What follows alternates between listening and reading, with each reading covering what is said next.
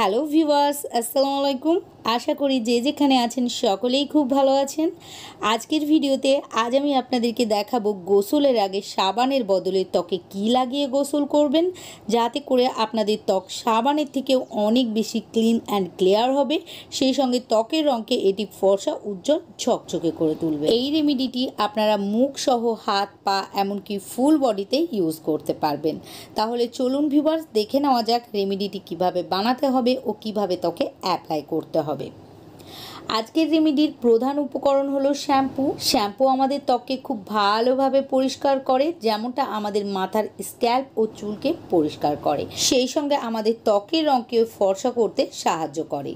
এখানে আমি একটি ছোট ক্লিনিক প্লাস শ্যাম্পুর পাতা নিয়ে নিয়েছি। আপনারা আপনাদের পছন্দ মতো যে কোনো ব্র্যান্ডের শ্যাম্পু নিয়ে নিতে পারেন। যদি আপনারা শ্যাম্পুর পাতা নেন তো একটি ছোট প্যাকেট নিলেই হবে, আর যদি আপনারা বোতলের শ্যাম্পু নিতে চান তাহলে 1 চা চামচ নিয়ে নেবেন। আপনারা যদি 1 চা চামচ শ্যাম্পু নেন তাহলে দুটো হাত ও দুটো পা আরামসে হয়ে যাবে। এখানে শ্যাম্পু নেওয়ার পর আমাদেরকে এর মধ্যে অ্যাড করে দিতে হবে 2 চুটকি হলুদ গুঁড়ো।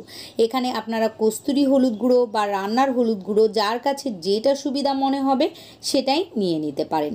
হলুদে অ্যান্টিব্যাকটেরিয়াল, অ্যান্টিমাইক্রোবিয়াল ও অ্যান্টিফাঙ্গাল প্রপার্টিজ থাকে, যার ফলে যদি আমাদের হাতে পায়ে বা হাত পায়ের নখে ময়লা জমে কোনো ধরনের ব্যাকটেরিয়াল ইনফেকশন দেখা দেয় তাহলে সেটিকে সারিয়ে তুলবে। এছাড়াও হলুদ আমাদের ত্বকের রঙকে ফর্সা করতে ভীষণভাবে সাহায্য করে। হলুদ যদি আমাদের ত্বকে নিয়মিত ব্যবহার করা হয় তাহলে আমাদের ত্বকে রোদে পোড়া দাগ থাকলে, অর্থাৎ সানবার্ন বা সানট্যান থাকলে সেটিকে রিমুভ করে, ও হাত পায়ে যদি দুর্গন্ধ থাকে সেটিকেও দূর করে।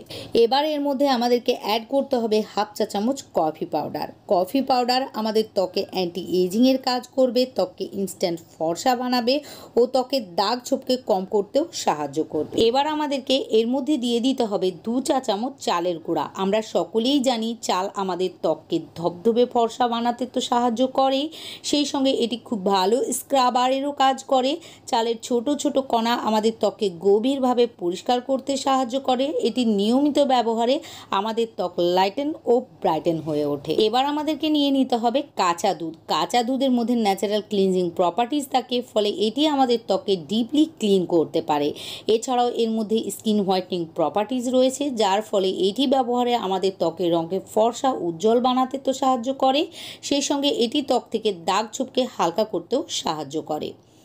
এখানে আপনাদের কাছে যদি কাঁচা দুধ না থাকে তাহলে আপনারা জাল দেওয়া দুধও ব্যবহার করতে পারেন। এখানে আমাদেরকে প্রয়োজন মতো কাঁচা দুধের সাহায্যে একটি প্যাক বানিয়ে নিতে হবে, আর প্যাকটি যখন বানানো হয়ে যাবে তখন এটিকে আপনারা মুখের ত্বকে, হাতে, পায়ে এমনকি ফুল বডিতে লাগিয়ে নেবেন। তারপর ধীরে ধীরে আপনাদের আঙুলের ডগার সাহায্যে আপনাদের ত্বককে ভালোভাবে মাসাজ করে নিতে হবে, অর্থাৎ ঘষে নিতে হবে।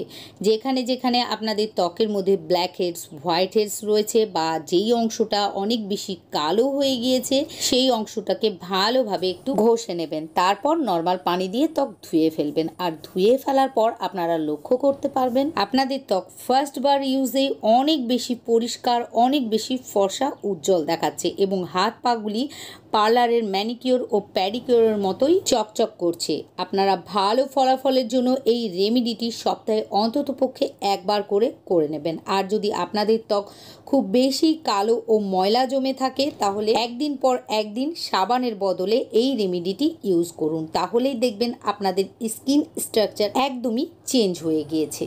আশা করি আজকের রেমেডিটি আপনাদের খুব উপকারে লাগবে। যদি ভিডিওটিকে ভালো লাগে প্লিজ লাইক ও শেয়ার করে দেবেন। সেই সঙ্গে পরবর্তীতে এইরকমই ভালো ভালো বিউটি টিপস দেখার জন্য আমার ইউটিউব চ্যানেলটিকে সাবস্ক্রাইব ও ফেসবুক পেজটিকেও ফলো করে রাখবেন।